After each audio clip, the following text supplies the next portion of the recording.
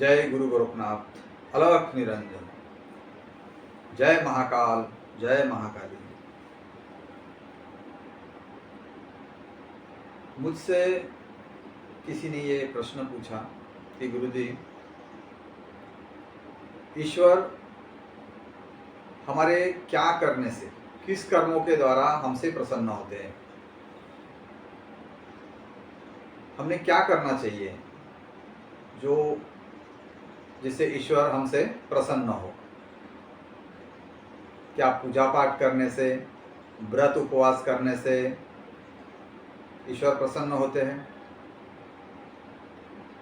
क्या ईश्वर को भोग लगाने से, बहुत सारा मिठाई, मिष्टान्न, नारियल, फल, फूल आदि उनको अर्पण करने से ईश्वर हमसे प्रसन्न होते हैं? या जैसे कहीं कहीं पर देवी के सामने या किसी ईश्वर के सामने, किसी भगवान के मूर्ति के सम्मुख बलि दिया जाता है, कोई जीवों की बलि, कई भैंस की बलि देते हैं, कई बकरे की बलि देते हैं, कोई मुर्गे की बलि देते हैं, जो भी हो।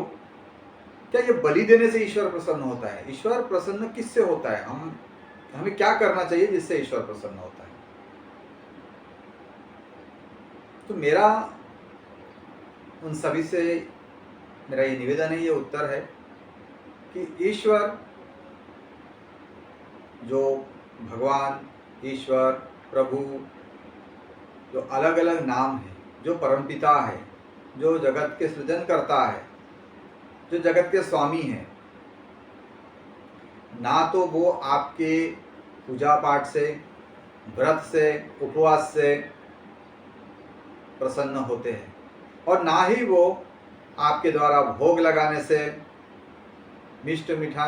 मिठाई, मिष्टान्न, नारियल, फल, फूल, विविध प्रकार के व्यंजनों से ना वो प्रसन्न होते हैं, और ना ही उनके सम्मुख किसी भी जीव की बलि देने से वो प्रसन्न होते हैं। इन सब चीजों से, इन सब पदार्थों से और इन सब क्रियाओं से ईश्वर जो है वो कभी प्रसन्न नहीं होते। जिसने यह संसार बनाया, यह ब्रह्मांड बनाया, मुझे बनाया, आपको बनाया, सारे सृष्टि का निर्माण किया, जो उसका है, उसका उसी को हम अगर देते हैं, उसको हम समर्पित करते हैं, उसमें प्रसन्नता कैसे? आपकी वस्तु मैंने आपको दे दी, आपके घर से उठाकर कोई वस्तु मैंने आपको ही दे दी। मान लीजिए जैसे आपका कोई जन्मदिन है, कोई आपके घर में कोई कार्यक्रम है, और आपके ही घर से मैंने कोई वस्तु को उठाया और आप ही को अर्पित कर दिया, आपको समर्पित कर दिया, आपको मैंने भेंट दे दिया, तो क्या इससे आपको प्रसन्नता होगी?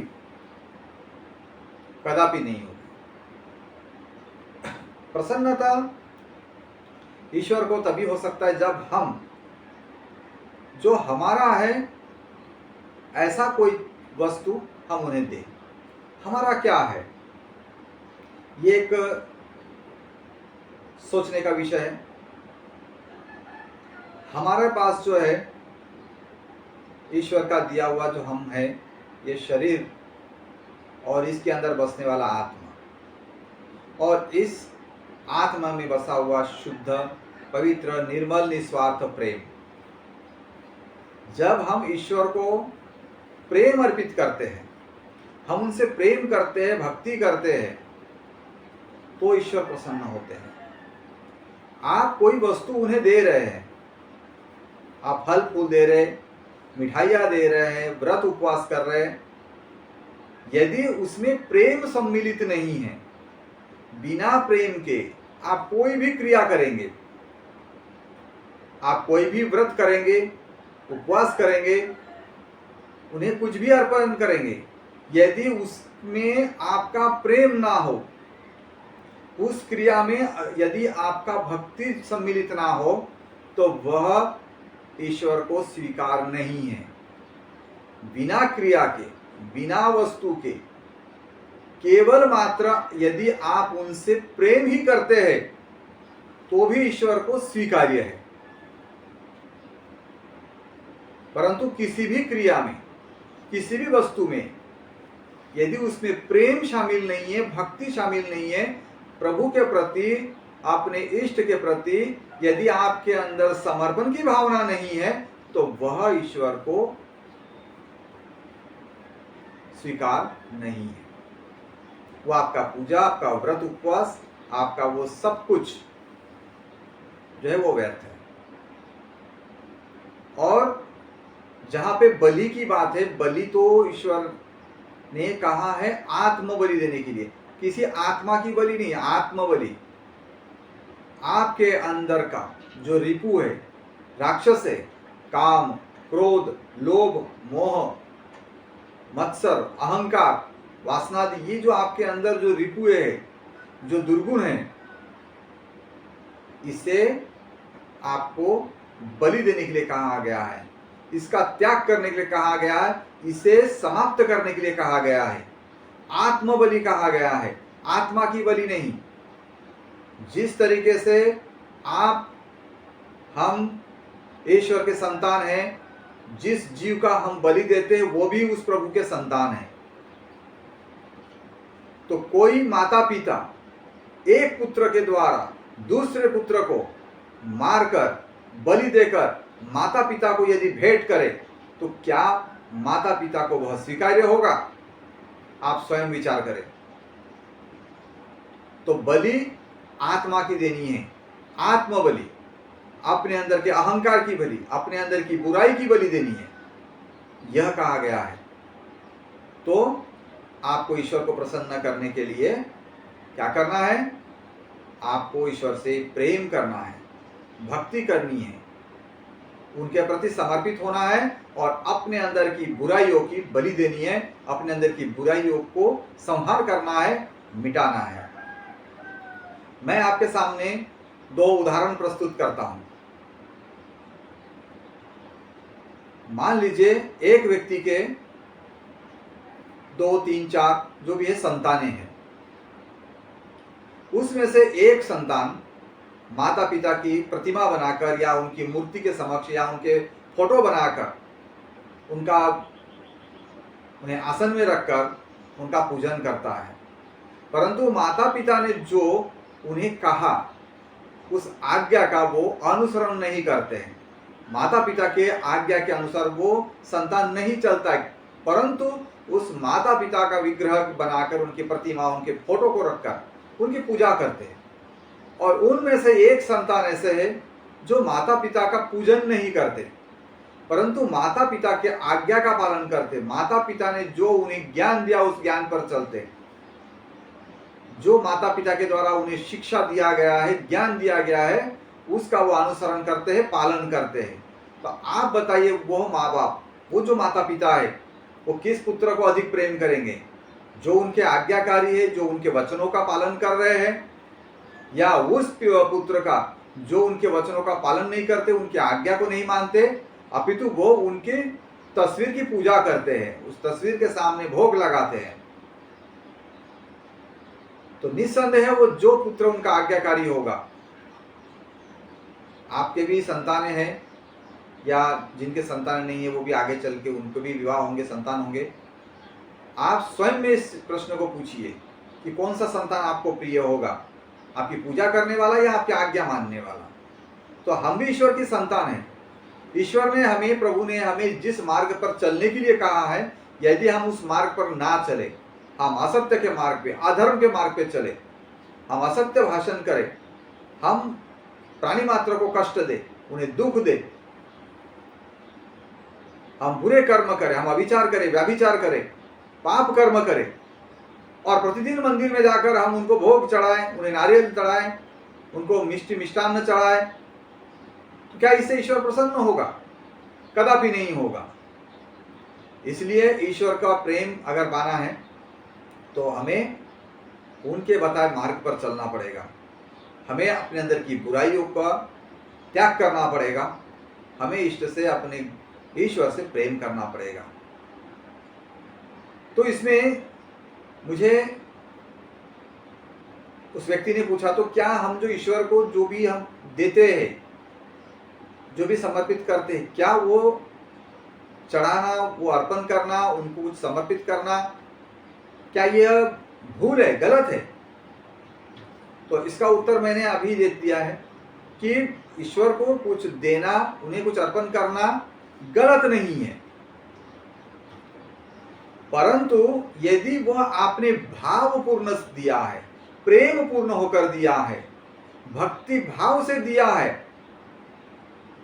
तो वह आपका गलत नहीं है, भूल नहीं है।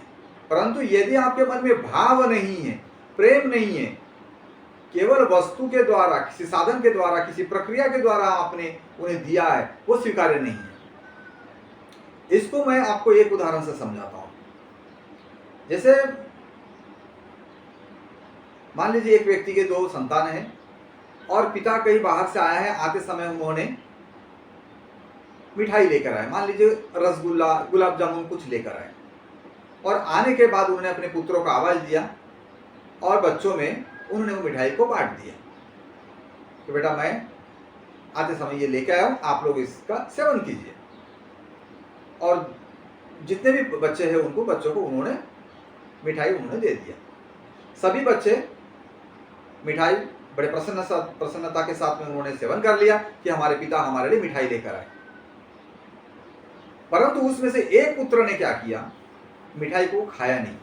मिठाई को उन्होंने हाथ में लिया और अपने पिता के पास गए, उनके गोद में बैठे और प्रथम उस मिठाई को उन्होंने अपने पिता के मुख में दिया। पिताश्री आप इस मिठाई को आप पहले सेवन करो। पिता ने बोला नहीं आप सेवन करो। तो पुत्र ने जिद किया, नहीं पिता आप सेवन कीजिए पहले। और पिता के सेवन करने के बाद में बची हुई मिठाई का उन्होंने सेवन किया। मिठाई तो पिता ने लाया था, सब पुत्रों में बांट दिया और बाकी सभी पुत्रों ने उसका सेवन भी कर लिया। लेकिन एक पुत्र ऐसा था जो उस मिठाई को पिता को दिए बगैर उन्होंने सेवन नहीं किया, उन्होंने स्वयं नहीं खाया। तो आप बताइए कि उस संतान के प्रति पिता का प्रेम अधिक रहेगा अथवा नहीं? जो पिता को ना देकर स्वयं खा लिए, उनके प्रति भी पिता का कोई नाराजी नहीं, उनके प्रति कुछ क्रोध नहीं, परंतु उनके प्रति उतना प्रेम नहीं रहेगा जितना उस पुत्र के प्रति प्रेम रहेगा जिसने पिता को मिठाई खिलाकर फिर उन्होंने खाया। इसमें उस पुत्र का उस पिता के प्रति प्रेम जो है वो प्रकट होता है। और ठीक ऐसा ही होता है कि यह संसार में सारे वस्तु ईश्वर के द्वारा, प्रभु के द्वारा, परमपिता के द्वारा ही दिया गया हुआ है। परंतु जब हम उनकी ही वस्तुएं, हम उन्हें प्रथम उन्हें समर्पित करके फिर हम स्वयं उसको ग्रहण करते हैं और प्रेम पूर्ण भावना से और कृतज्ञता की भावना से, इस उपकार की भावना से कि आज हम जो भोजन कर रहे हैं या आज हमारे घर में जो भी कुछ अच्छा बना है या जो भी कुछ अच्छा हमारे घर में आज आया है, यह उस ईश्वर के परमपिता के कृपा से आया हुआ है। तो यह हमें प्रथमतः उन्हें देना चाहिए और उसके बाद हमें सेवन करना चाहिए। ये जो हमारे अंदर उपकार की भावना है, कृतज्ञता की भावना है कि भाई ये जो है ईश्वर का ही है, तो ऐसे भक्त के प्रति, ऐसे संतान के प्रति ईश्वर जो है अधिक स्नेह भाव से, अधिक प्रेम भाव से उनको देखते हैं। जो नहीं दे रहे उन्हें, उनके प्रति भी नाराजी नहीं है। जो ईश्वर को गाली गलौज करते हैं, प्रभु उनसे भी नाराजी नहीं है। पंचतत्व उन्हें भी मिलता है। जो ईश्वर को मानते हैं उन्हें भी जल मिलता है, वायु मिलता है, सूर्य प्रकाश मिलता है, अन्न मिलता है, और प्रेम करते उन्हें भी मिलता है, जो गाली देता है उन्हें भी मिलता है। ईश्वर को भेदभाव नहीं है, परंतु ईश्वर प्रेम उनसे करते हैं जो ईश्वर के द्वारा हमको दिए गए इस शरीर का, इस प्राण का, प्रत्येक वस्तु का जो हमारे जीवन में है, उसके लिए हम उन्हें धन्यवाद करते हैं, उनका उपकार मानते हैं और उन्हें अपने सुख में, दुख में, आनंद में, दुख में, हर क्षण हम उन्हें स्मरण करते हैं, याद करते हैं, तो ऐसे स्थिति में वो हमें अधिक प्रेम करते हैं। तो मेरे कहने का इस सारे बातों का सीधा तात्पर्य यह है कि ईश्वर जो है वो प्रेम से, भक्ति से वो प्रसन्न होते हैं, हमारे सत्कर्मों से, सद्वर्तन से वो हमसे प्रसन्न होते हैं। हमारे द्वारा हमारे भीतर की बुराइयों का त्याग करने से वो हमसे प्रसन्न होते हैं, ना किसी वस्तु से और ना किसी व्रत उपवास से। जय गुरु गोरखनाथ। अलख निरंजन।